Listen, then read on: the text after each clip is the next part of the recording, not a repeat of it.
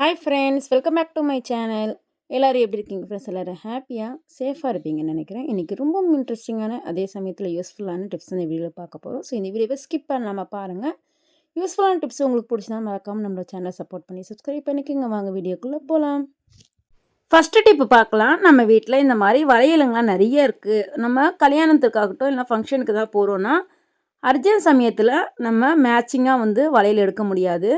So எப்பவுமே வளையலை இந்த மாதிரி டப்பாவில் போட்டு வைக்கிறத விட இந்த மாதிரி நீங்கள் கார்போர்ட் அட்டை இருந்தால் எடுத்துக்கலாம். அப்படி இல்லை நீளமாக இந்த மாதிரி ஒரு பாக்ஸ் இருந்தால் எடுத்துக்கலாம். ஸோ இப்போ இது ரெண்டு சைடுமே இந்த மாதிரி கிளிப்பு வச்சு நான் குத்திக்கிறேன். ஸோ அதுக்கப்புறம் நம்ம வீட்டில் என்ன ஸ்டிக் இருந்தால் எடுத்துக்கோங்க. அப்படி இல்லைனா இந்த மாதிரி கட்டாப்பை குச்சி இருந்தால் கூட நீங்கள் எடுத்துக்கோங்க. ஸோ ஒரு கிளிப்போட முனையில் நான் லாக் பண்ணி விட்டேன். இன்னொன்று கிளிப் இருக்குது பார்த்தீங்களா, அங்கே லாக் பண்ணாதீங்க, இந்த மாதிரி வச்சுருங்க. ஸோ இப்போ இதில் நம்ம வளையலுங்களாம் இந்த மாதிரி தனித்தனியாக செப்பரேட்டாக ஒவ்வொரு கலருமே இந்த மாதிரி போட்டு வச்சுட்டோன்னா வேணுங்கும் போது அழகாக இந்த குச்சியை நீங்கள் தூக்குனிங்கன்னா அழகாக நம்ம எடுத்துக்கலாம். ஸோ இந்த மாதிரி பேஸ்கெட்டில் கீழே எல்லாமே ஸ்பேஸ் இருக்கிறதுனால நம்ம எக்ஸ்ட்ரா கொடி தலையில் குத்தக்கூடிய கிளிப்ஸுக்கெலாம் அழகாக ஓரத்தில் நம்ம போட்டு வச்சுருக்கலாம். அதேமாரி சேஃப்டி பின்ஸ்லாம் போட்டுக்கிறது கூட நம்ம இதை யூஸ் பண்ணிக்கலாம். ரொம்பவும் யூஸ்ஃபுல்லாக இருக்கும். அர்ஜென்ட் சமயத்தில் நம்ம எடுக்கிறதுக்குமே நல்ல வாட்டமாக இருக்கும். அதே சமயத்தில் நல்ல நீட்னஸாகவுமே இருக்கும். ஸோ குப்பை மாதிரி அடைஞ்சு கிடக்காம இந்த மாதிரி அழகாக நீங்கள் ஆர்கனைஸ் பண்ணி வச்சுக்கலாம். ட்ரை பண்ணி பாருங்கள். இந்த டிப்ஸை பிடிச்சா மறக்காம இந்த வீடியோக்கு ஒரு லைக் கொடுங்க. அடுத்து இந்த மாதிரி ஒரு பவுல் தான் எடுத்துங்க. அதில் ஒரு லெமனை நல்லா பிழிஞ்சு ஊற்றிக்கிறேன். கொஞ்சமாக பேக்கிங் சோடா மட்டும் நம்ம சேர்த்துக்கலாம். ஒரு 3 டம்ளர் அளவு தண்ணி இருந்தால் சேர்த்துக்குங்க. சரி, இப்போ இதை நம்ம ஒரு பாட்டிலில் ஹோல்ஸ் போட்டு இப்போ இந்த தண்ணியை நம்ம அதில் ஊற்ற போகிறோம். ஃபஸ்ட்டு நல்லா மிக்ஸ் பண்ணி எடுத்துக்கலாம். மிக்ஸ் பண்ணதுக்கப்புறம் ஒரு பாட்டில் எடுத்துக்கோங்க. நான் ஒரு 1/4 லிட்டர் அளவு பாட்டில் தான் எடுத்திருக்கேன். அதில் மூடி பகுதியில் மட்டும் ஹோல்ஸ் போட்டு தண்ணியை ஃபில் பண்ணிக்க போகிறேன். ஸோ ஹோல்ஸ் போடும்போது இந்த மாதிரி நம்ம சேஃப்டி பின் வச்சு குத்தணும். ஏன்னா பெரிய ஹோல்ஸ் போட்டோன்னா தண்ணி அதிகமாக வெளியே வந்துடும். ஸோ இந்த மாதிரி சேஃப்டி பின் வச்சு குத்தும் போது ட்ராப்ஸாக நம்மளுக்கு தண்ணி கீழே விழுகும். ஸோ நம்ம மிக்ஸ் பண்ணி வச்சுருக்க அந்த தண்ணியை இப்போ இதில் ஊற்றிடலாம். இது எதுக்கு நம்ம யூஸ் பண்ணலாம் அப்படின்னா, நம்ம வீட்டில் பொதுவாக கரப்பாம்பூச்சி பல்லி தொல்லை அதிகமாக இருக்குது. கரப்பாம்பூச்சியெல்லாம் மெயின் வர இடமே பார்த்திங்கன்னா நம்ம அன்றாடம் கழுகக்கூடிய அந்த பாத்திரம் கழுகக்கூடிய இந்த சிங்கிள் தான் நைட் டைமில் வரும். ஸோ அந்த ஃபுட் பார்ட்டிகல்ஸ்லாம் உள்ளே போகிறனால அதனுடைய ஸ்மெல்லுக்கு கரப்பாம்பூச்சி இது வழியாக வந்துடுது. ஸோ நைட் டைமில் நீங்கள் இந்த மாதிரி அந்த பாட்டிலை இந்த மாதிரி கவுத்தி அதில் வச்சுட்டிங்க அப்படின்னா ட்ராப்ஸாக விழும். நைட்டு ஃபுல்லாக பார்த்திங்கன்னா அது வழியாக தண்ணி போகிறதுனால கரப்பாம்பூச்சி எதுவுமே வராது. அதே போல் பேக்கிங் சோடாலாம் சேர்த்துருக்கனால எந்த பேட் ஸ்மெல்லுமே வராது. அடுத்து பாருங்கள், இந்த மாதிரி வாட்டர் பாட்டில் முடியல ரெண்டு சைடுமே டபுள் டேப் ஒட்டி இந்த மாதிரி நீங்கள் கிச்சனில் ஒட்டி வச்சிட்டிங்க அப்படின்னா இதில் நம்ம இந்த மாதிரி வயரு, கேஸ் கட்டரு, ஸோ இதெல்லாம் மாட்டி வைக்கிறதுக்கு நம்ம யூஸ் பண்ணிக்கலாம். அடுத்து ஒரு பாத்திரத்தில் தண்ணி எடுத்துருக்கேன். ஸோ கொஞ்சமாக வினிகர் மட்டும் சேர்த்துருக்கேன். இதில் பழங்கள்லாம் இந்த மாதிரி போட்டுட்டு எப்போவுமே நீங்கள் வெளியே இருந்து பழங்கள்லாம் வாங்கிட்டு வரீங்க அப்படின்னா வாங்கிட்டு வந்ததுமே வேலையாக இது பண்ணிடுங்க. ஏன்னா பழங்கள்லாம் பார்த்திங்கன்னா நீண்ட நாள் வரணுன்றதுக்காக மருந்தெல்லாம் தெளித்து தான் வரும். ஸோ இந்த மாதிரி நீங்கள் ஊற வைக்கிறதுனால மருந்து எதுனா இருந்தாலும் போயிடும். அதே போல் நம்ம சாப்பிடக்கூடிய ஆப்பிள், ஆரஞ்சு பழம் இது எல்லாமே தோலை வேஸ்ட்டாக தூக்கி போடாமல் நம்ம அதிக விலை கொடுத்து கடைகள்லேயே வாங்காமல் இந்த மாதிரி தோல் எல்லாமே நம்ம நல்ல வெயில் இப்போ அடிக்கிற வெயிலுக்கு சூப்பராக ஒரே நாளில் காஞ்சிடும்.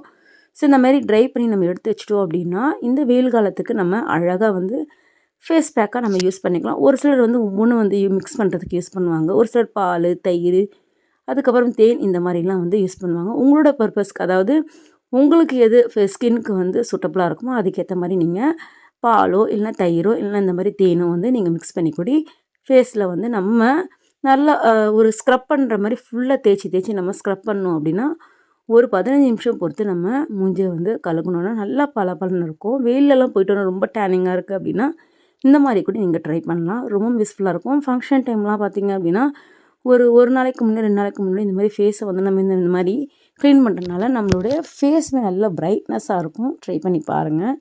அடுத்து நம்ம ஊறுகாய் போட்டு வச்சுருக்க ஜாராகட்டும் இல்லை குழம்பு ஊற்றி நம்ம எங்கேனா எடுத்துகிட்டு போகிறோம் அப்படின்னா அந்த பாக்ஸ்குள்ளே ஒரு மாதிரி ஆயில் பிசுப்பாக இருக்கும். கழுகுறதே ரொம்ப சிரமமாக இருக்கும்.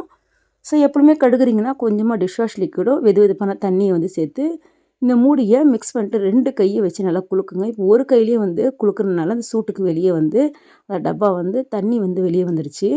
ஸோ இப்போ நான் குலுக்குனதுக்கப்புறம் காட்டுறேன் பாருங்கள். நீங்கள் அழகாக வெறும் தண்ணியை ஊற்றி நீங்கள் கூட அழகாக கழுகி எடுக்கலாம். அந்த அளவுக்கு அந்த பாக்ஸ்குள்ளே இருக்க ஆயில் எல்லாமே வந்து சூப்பராக வந்து கீழே க்ளீன் ஆகி வந்துடும். இப்போ பாருங்கள், ஒரு 2 செகண்ட் நான் குலுக்கி எடுத்தேன்.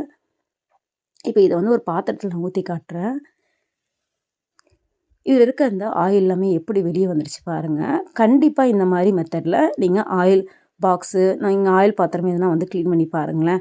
அழகாக சூப்பராக வந்து க்ளீன் ஆகி வந்துடும். இப்போ இதை வந்து நான் டைரெக்டாக க்ளீன் பண்ணியிருந்தேன்னா டபுள் வேலையாக இருக்கும். ஸோ அந்த ஸ்க்ரப்பரு அது மட்டும் இல்லை, இந்த பாக்ஸுமே பார்த்திங்கன்னா எண்ணெய் பிசுபிசுப்பு அந்தளவுக்கு போயிருக்காது. சூப்பராக க்ளீன் ஆகிடுச்சு பார்த்தீங்களா. நார்மல் வாட்டரில் இப்போ 2 மணி நீங்கள் கழுகி எடுத்துட்டிங்கன்னா அந்த சோப்புடைய ஸ்மெல்லுமே போயிடும். நல்லா வாசனையாக இருக்கும். அடுத்து பாருங்கள், நம்ம வீட்டில் ஒரு சில பொருட்கள் ரொம்ப ரேராக தான் நம்ம யூஸ் பண்ணுவோம். அதுலேயும் பார்த்திங்கன்னா இந்த சிவப்பரிசி, கருப்பரிசி, ஸோ இது எல்லாமே வந்து நீண்ட நாட்களுக்கு வரணும், வண்டு வராமல் இருக்கணும்னா ஸோ இந்த மாதிரி லைட்டாக உப்பு மட்டும் சேர்த்து மிக்ஸ் பண்ணி வச்சுட்டிங்கன்னா நீண்ட நாட்களுக்கு வரும். அதுலேயும் மெயின் வந்து இந்த மாதிரி தனியா, காய்ந்த மிளகாய் இந்த மாதிரி ஐட்டங்கள்லாம் வந்து நீண்ட நாளுக்கு வரணும்னா இந்த மாதிரி உப்பு கூட நீங்கள் போட்டு மிக்ஸ் பண்ணி எடுத்து வைக்கலாம். ட்ரை பண்ணி பாருங்கள். இன்னொரு மெயின் ஐட்டம் என்னென்னா, நம்ம வீட்டில் வந்து ஒரு சிலர் பார்த்திங்கன்னா டைரெக்டாக மாவு வாங்குறவங்க இருப்பாங்க. ஒரு சிலர் வந்து கோதுமை வாங்கி அரைக்கிறவங்களும் இருப்பாங்க. ஸோ நீங்கள் எது வாங்கினாலும் சரி, மாவு வாங்கி கொஞ்சம் அதிகமாக குவான்டிட்டியில் வாங்கிட்டாலும் சரி, வீட்டில் கோதுமையை மாவு அரைச்சாலும் சரி, வண்டு பூச்சி வராமல் இருக்கிறதுக்கு நீங்கள் அழகாக உப்பு கூடி மிக்ஸ் பண்ணி வச்சுட்டு நீங்கள் க்ளோஸ் பண்ணி வச்சுட்டிங்கன்னா அழகாக வந்து மாவு நீண்ட நாட்களுக்கு வரும். அடுத்து நம்ம வீட்டில் இந்த மாதிரி கேன் வாட்டர்லாம் தண்ணி ஊற்ற வராது. ஸோ இந்த மாதிரி வாட்டர் பாட்டில் தான் எடுத்துங்க. கீழ் போர்ஷனில் ரவுண்டாக வந்து நான் வந்து ஹோல்ஸ் போட்டு எடுத்துக்கிட்டேன். இப்போ இதை வந்து ஒரு சில வீட்டில் வந்து இந்த கேன் வாட்டருக்குன்னு தனியாக வந்து நம்ம தண்ணி ஊற்றுறதுக்குன்னு தனியாக வாங்கி வச்சுருப்பாங்க. ஸோ ஒரு சிலர் வந்து அப்படியே இந்த மாதிரி சாய்ச்சி கூடி ஊற்றுவாங்க. அந்த மாதிரி ஊற்றும் போது தண்ணி எல்லாமே வந்து கீழே வடிஞ்சு விழுந்துடும். ஸோ இந்த மாதிரி நீங்கள் பாட்டில் வச்சு ஊற்றுறதுனால தண்ணி எதுவுமே கீழே விழுகாது. அழகாக வந்து அந்த பாத்திரத்தில் ஃபில் ஆகிரும். ட்ரை பண்ணி பாருங்கள். அடுத்து ரொம்ப ரொம்ப யூஸ்ஃபுல்லான டிப்ஸு, பழைய பேக் எல்லாம் வந்து புதுசாக எப்படி பண்ணுறது இந்த வீடியோவில் பார்க்க போகிறோம். ஸோ அதுக்காக வந்து இப்போ பாருங்கள், போன வருஷம் யூஸ் பண்ண இந்த பேக்கை வந்து சூப்பராக நம்ம பளிச்சுன்னு ஆக்க போகிறோம். இந்த பேக் எல்லாமே நல்லா இருக்குது, ஜிப்பு கூட சூப்பராக இருக்குது. ஸோ இப்போது ஸ்கூல் ஓப்பன் ஆகிடுச்சு, நீங்கள் புது பேக்லாம் வாங்கியிருக்கேன் அப்படின்னா இதை கூட தூக்கி போடாமல் நீங்கள் வாஷ் பண்ணி வச்சுட்டிங்க அப்படின்னா சம்டைம் புது பேக் வந்து அழுக்காகும் போது நீங்கள் ஆல்டர்னேட்டிவாக கூட அதை யூஸ் பண்ணிக்கலாம். ரொம்ப யூஸ்ஃபுல்லாக இருக்கும். ட்ரை பண்ணி பாருங்கள் இந்த டிப்ஸு. ஸோ ஒரு பக்கெட்டில் வந்து கொஞ்சமாக பேக்கிங் சோடா, டிட்டர்ஜென்ட் பவுடர் தான் சேர்த்து லைட்டாக இந்த மாதிரி நல்லா அந்த பவுடர் எல்லாமே வந்து மிக்ஸ் ஆகிற அளவுக்கு நல்லா மிக்ஸ் பண்ணிக்கோங்க. அவ்வளோதான், தண்ணி அதிகமாக சேர்த்துடக்கூடாது. அதுக்கப்புறம் வந்து பேக் நல்லா முங்குற அளவுக்கு நல்ல வெது வெதுப்பான தண்ணி நான் சேர்த்துருக்கேன்.